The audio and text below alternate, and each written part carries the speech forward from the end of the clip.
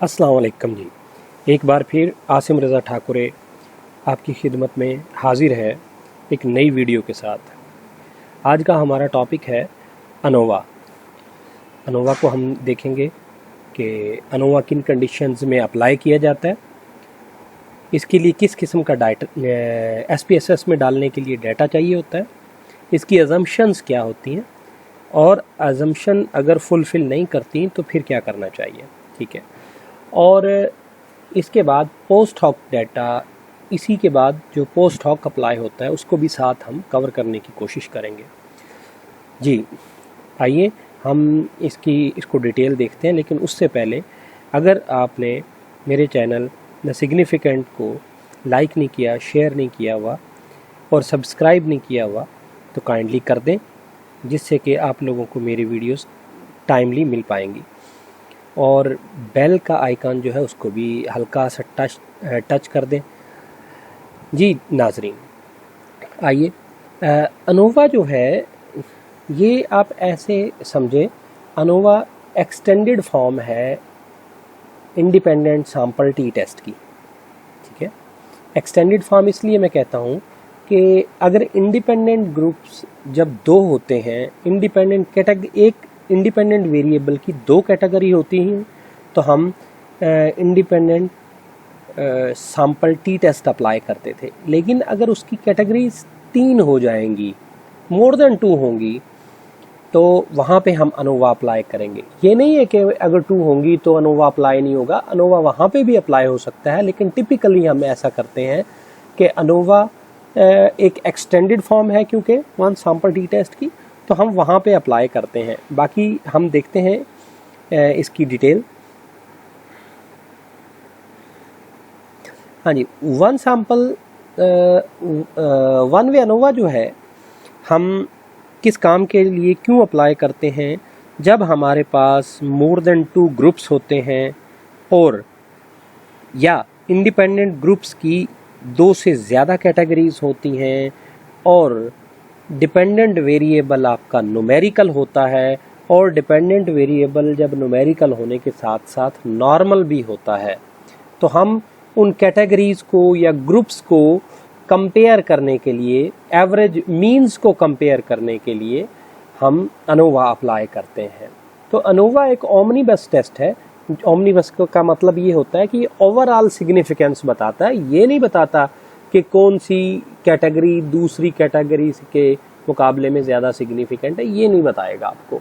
ये ओवरऑल बताएगा कि इनके अंदर से एटलीस्ट 2 कैटेगरीज या at least 2 groups are statistically significant. ठीक है, कि स्टैटिस्टिकल सिग्निफिकेंट डिफरेंस पाया जाता है। उसको अलग से देखने के लिए कि वो सिग्निफिकेंट पहले और दूसरे ग्रुप के दरमियान है या दूसरे और तीसरे ग्रुप के दरमियान है या पहले और तीसरे के दरमियान, तो पोस्ट हॉक टेस्ट जो है हम अप्लाई करते हैं, उसकी भी बात करेंगे। ठीक है, आए इसकी कुछ अजम्पशंस की बात हो जाए।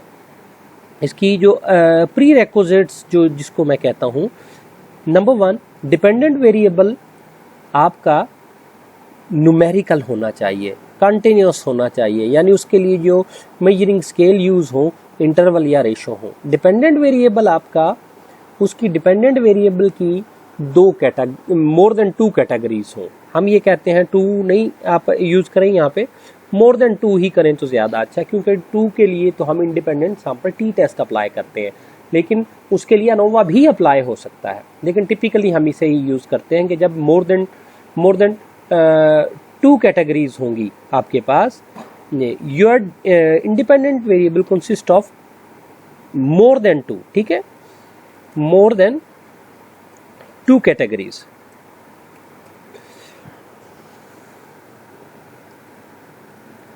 जब आपकी मोर देन 2 कैटेगरीज होंगी तब इसे अप्लाई करेंगे। नंबर 3 जो है इंडिपेंडेंट वेरिएबल, जो आपकी ऑब्जर्वेशंस हैं वो इंडिपेंडेंट होनी चाहिए, यानी एक ऑब्जर्वेशन दूसरी ऑब्जर्वेशन पे वैल्यू पे डिपेंड ना करती हो।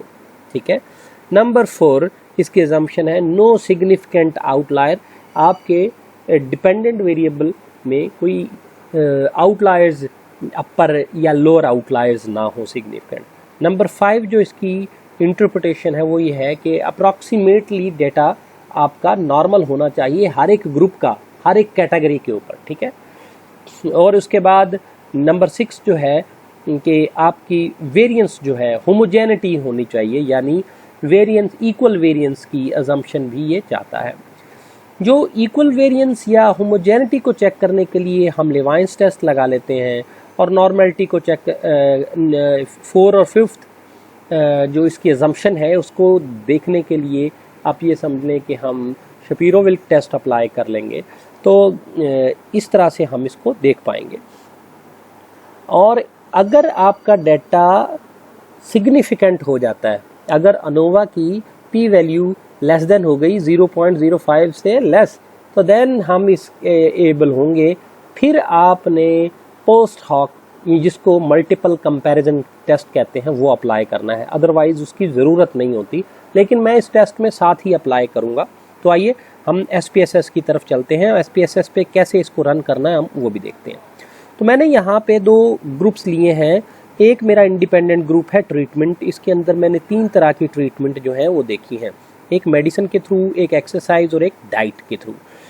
और जो मेरा डिपेंडेंट वेरिएबल है वो BMI है।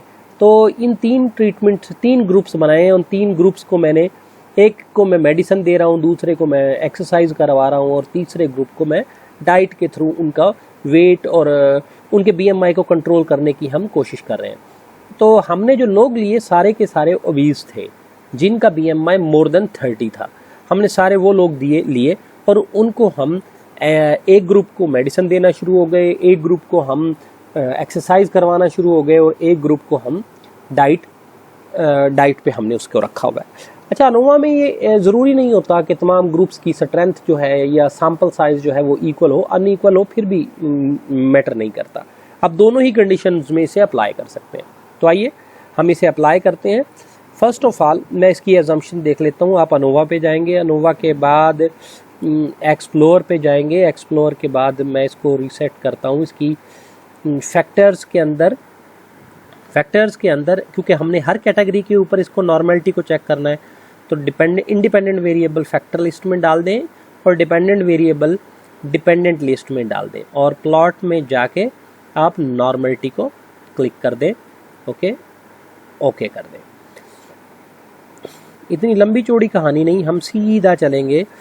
ये यहाँ पे टेस्ट ऑफ नॉर्मेलिटी में आप देखें कि अगर इनकी पी वैल्यू मोर देन 0.05 है तो इसका मतलब है डेटा आपका नॉर्मल है।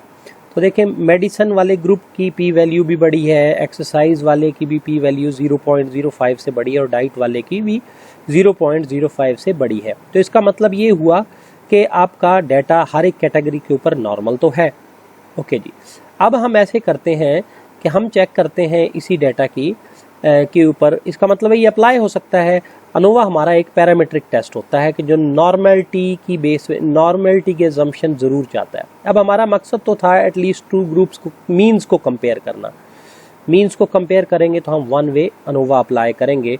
तो फैक्टर्स के अंदर आप ऐसे करें कि इंडिपेंडेंट वेरिएबल और डिपेंडेंट लिस्ट में डाल दें डिपेंडेंट वेरिएबल।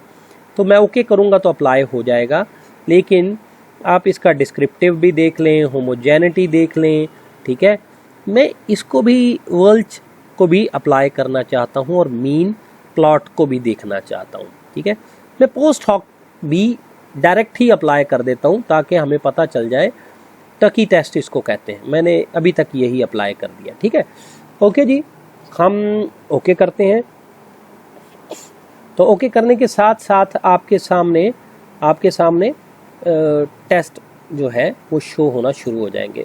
1 वे अनोवा हमारा यहाँ से शुरू होता है, क्योंकि इससे पहले जो थी हमारी जितनी चीज़ें, वो 1 वे अनोवा को हम सिर्फ अभी देखेंगे क्योंकि उससे वह नॉर्मेलिटी टेस्ट है। अब ये देखें, जो उसके बाद हमने ये एक्सरसाइज करवाने 1 माह 2 माह, फ़र्ज़ करें मेडिसिन वो ग्रुप्स लिए हमने, ग्रुप्स लेने के बाद 3 माह तक हमने वो उनको ये चीज़ें दी और उसके बाद हमने उनको असेस किया।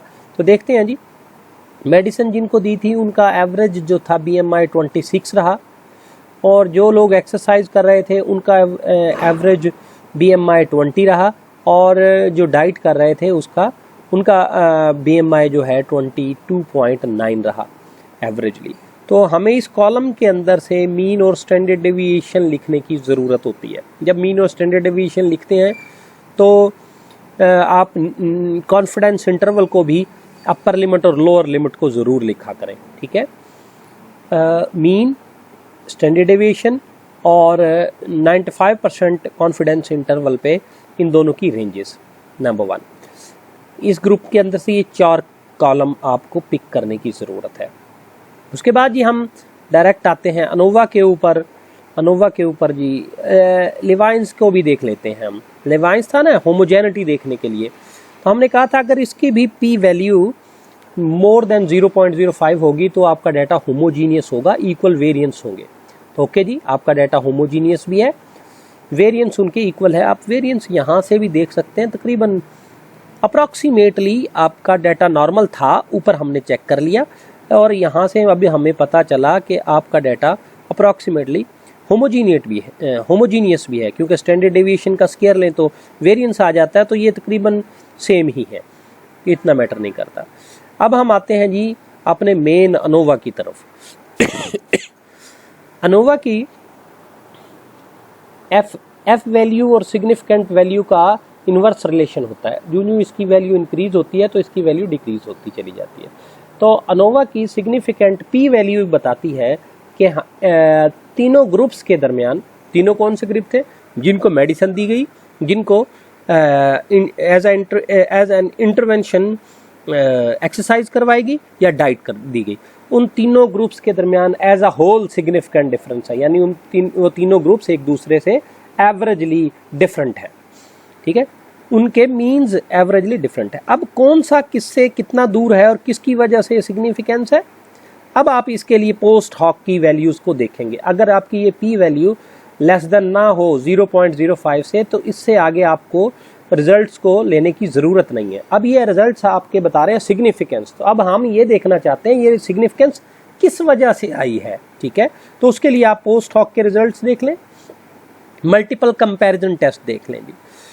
जब मेडिसिन और एक्सरसाइज का डिफरेंस देखा गया तो उनमें 6.08 का डिफरेंस है, जो कि एक सिग्निफिकेंट डिफरेंस है, ओके जी। मेडिसिन और डाइट का डिफरेंस देखा गया 3.64 का डिफरेंस है, ये भी एक मार्केबल डिफरेंस है।